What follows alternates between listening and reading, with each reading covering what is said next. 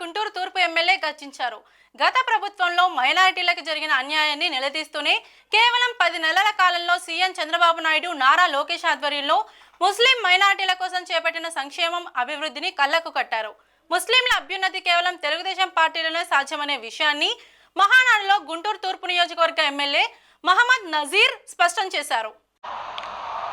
రేపు మనందరికి కూడా నాయకుడిగా ఉన్నటువంటి లోకేష్ గారు ముస్లింల మైనారిటీలను నా కంటికి రెప్పలా కాపాడుకుంటాను అంటూ యువగళం పాదయాత్ర ద్వారా ప్రతి ఒక్క ముస్లిం సోదరుడు కూడా ధైర్యాన్ని నింపినటువంటి మా నాయకుడు నారా లోకేష్ గారు ఈ ముగ్గురు నాయకత్వంలో ఏర్పడినటువంటి తెలుగుదేశం పార్టీ కేవలం ముస్లింలకు సంక్షేమ అభివృద్ధి కార్యక్రమాలే కాదు, ఈ రాష్ట్రంలో ఉన్నటువంటి ప్రతి ఒక్క ముస్లిం సోదరుడు కూడా గర్వంగా నేను తెలుగుదేశం పార్టీ కార్యకర్తని, నాయకుడిని అనే చెప్పుకునేటువంటి విధంగా ఆనాటి నుంచి నేటి వరకు కూడా ఎన్ని ఇబ్బందులు పెట్టినా, ఎన్ని కష్టాలు వచ్చినా ఎత్తినటువంటి జెండాను దించకుండా ఈ రోజు కూడా చంద్రబాబు నాయుడు గారి నాయకత్వంలో ముందుకు సాగుతున్నటువంటి పరిస్థితులు ఉన్నాయి.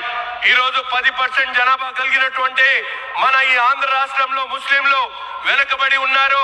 ఆనాడు ఏదైతే స్వాతంత్రానికి ముందు సచార్ కమిషన్ రిపోర్టు దళితుల కన్నా ముస్లింలు వెనుకబడి ఉన్నారు, అత్యంత హీనమైనటువంటి పరిస్థితిలో ఉన్నారనేటువంటి వాస్తవాన్ని గ్రహించినటువంటి నాయకుడిగా మన ప్రియతమ నాయకుడు చంద్రబాబు నాయుడు గారు ప్రతి ఒక్క సందర్భంలో కూడా మైనార్టీల జీవితాల్లో వెలుగు నింపాలనేటువంటి ఆలోచనతో ఆనాడు ఉన్నత విద్య ఏ ఒక్క మైనార్టీ బిడ్డకు కూడా దూరం కాకూడదనేటువంటి ఆలోచనతో ఎవ్వరూ చేయనటువంటి విధంగా ఈ రాష్ట్రంలో మైనార్టీలకు ఉన్నత విద్య దూరం కాకూడదనేటువంటి ఆలోచనతో విదేశీ విద్య ఏదైతే మౌలానా అబ్దుల్ కలాం విదేశీ విద్య పేరుతో మైనార్టీ బిడ్డలను ఫారెన్ పంపించి చదివించినటువంటి మహానుభావుడు మన నాయకుడు చంద్రబాబు నాయుడు గారు. అంతేకాకుండా ఈ రోజు ఉన్నతమైనటువంటి కుటుంబాలు ఉన్నటువంటి వాళ్ళే ఒక ఆడబిడ్డ పెళ్లి చేయాలంటే ఎంతో ఇబ్బందులు పడేటువంటి పరిస్థితుల్లో ముస్లింలు వెనుకబడి ఉన్నారు ఆర్థికంగా. అటువంటి వారి కుటుంబాల్లో ఒక ఆడబిడ్డ పెళ్లి చేయాలంటే ఆ కుటుంబం రోడ్డున పడేటువంటి పరిస్థితులను గమనించి ఏ రాష్ట్రంలో లేనటువంటి విధంగా ముస్లిం ఆడబిడ్డ పెళ్లిళ్ల కోసం దుల్హన్ పథకం పేరుతో 50,000 ఇచ్చింది చంద్రబాబు నాయుడు గారి కాదా అని చెప్పి ఈ సందర్భంగా రాష్ట్రంలో ఉన్నటువంటి ముస్లింలందరినీ కూడా అడుగుతా ఉన్నా. అంతేకాకుండా మనందరం కూడా చూస్తా ఉన్నాం, వాగ్దానాలు కాదు వాస్తవాల్లో మార్పు రావాలనేటువంటి ఆలోచన కలిగినటువంటి నాయకుడు మన నాయకుడు చంద్రబాబు నాయుడు గారు. అనేక రకాలుగా ఈ రోజు ముస్లిం గురుకుల పాఠశాలలు పెట్టి 23 జిల్లాల్లో ప్రతి ఒక్క జిల్లాలో కూడా సొంత స్థలాన్ని ఏర్పాటు చేయడమే కాకుండా 15 కోట్ల రూపాయలు ఇచ్చి గురుకుల పాఠశాలల ద్వారా ఉన్నత విద్య వాళ్ళకు అందించాలనేటువంటి ఆలోచన చేసినటువంటి నాయకుడు చంద్రబాబు నాయుడు గారు పార్టీ తెలుగుదేశం పార్టీ. కేవలం అంతేకాకుండా ఈ రోజు మనందరికి కూడా తెలుసు, ఏదైతే ఉమ్మడి రాష్ట్రంలో కూడా ఆనాడు హజ్ హౌస్ లేనటువంటి పరిస్థితులు, ఎవరైనా హజ్కి వెళ్ళాలంటే బాంబే లాంటి నగరాలకు వెళ్ళి హజ్కి వెళ్ళేటువంటి పరిస్థితుల్లో ఎవరు చేయనటువంటి విధంగా ఆ రోజు హైదరాబాద్ లాంటి నగరంలో 18 అంతస్తుల్లో హజ్ హౌస్ కట్టించినటువంటి మహానుభావుడు మన నాయకుడు చంద్రబాబు నాయుడు అనే విషయాన్ని మీ అందరికి కూడా ఒకసారి గుర్తు చేస్తా ఉన్నా. అంతేకాదు 2014లో ఈ తెలుగుదేశం పార్టీ ప్రభుత్వం ఏర్పడిన తర్వాత కడప సిటీలో మీ అందరూ కూడా చూస్తూ ఉంటారు. ఈ రోజు 2014లో ఏదైతే కడప నగరంలో కట్టినటువంటి హజ్ హౌస్ మన గత ప్రభుత్వంలో వైఎస్ఆర్సీపీ జగన్మోహన్ రెడ్డి ఈ ప్రాంతానికి సంబంధించినటువంటి శాసనసభ్యుడిగా ముఖ్యమంత్రిగా ఉండి కూడా ఆ హజ్ హౌస్ ని పూర్తిగా నిర్మాణం చేయకుండా ముస్లింలకు ద్రోహం చేసినటువంటి విషయాన్ని ఈ సందర్భంగా మీ అందరికీ కూడా గుర్తు చేస్తా ఉన్నా.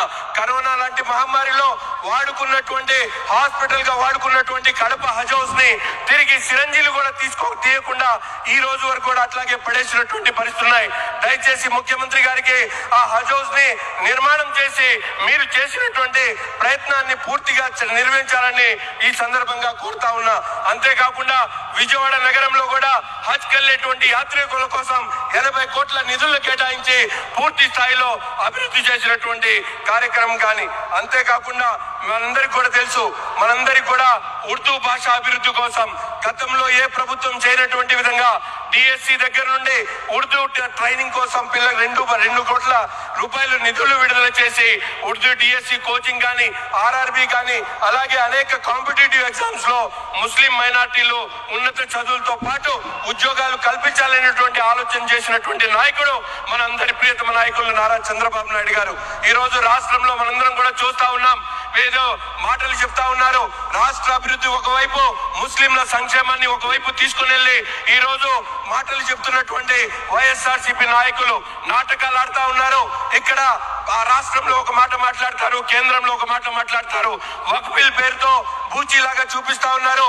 మా నాయకుడు ధైర్యంగా పార్లమెంట్ లో లేవనెత్తి ఏదైతే జేపీసీ పెట్టడానికి ఊరుకున్నటువంటి నాయకుడు పార్టీ తెలుగుదేశం పార్టీ అనేటువంటి విషయాన్ని ఈ సందర్భంగా రాష్ట్రంలో ఉన్నటువంటి ప్రతి ఒక్క ముస్లిం సోదరుడు కూడా గర్వంగా నేను చెప్తా ఉన్నా.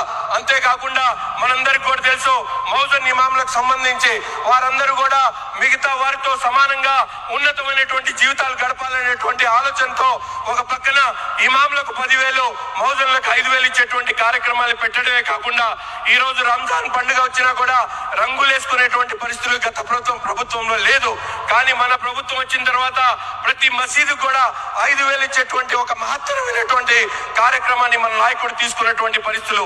ఈ విధమైనటువంటి సంక్షేమ కార్యక్రమాలే కాకుండా మనందరం కూడా చూస్తా ఉన్నాం, గత ప్రభుత్వంలో ఎన్నో మన ముస్లింల మీద ఎన్నో రకాల ఆత్మహత్యలు, వాళ్ళందరూ కూడా ఎన్నో ఆకృత్యాలు జరిగినటువంటి పరిస్థితులు.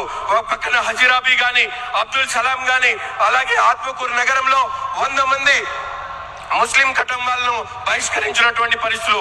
ఆ రోజు ప్రతిపక్షంలో చంద్రబాబు నాయుడు గారు స్వతహాగా ఆ 100 కుటుంబాలను తీసుకొని వెళ్ళి చలో ఆత్మకూరు పేరుతో వాళ్ళ ఇంటి దగ్గరికి దించినటువంటి నాయకుడు మనందరి ప్రియతమ నాయకుడు నారా చంద్రబాబు నాయుడు గారు.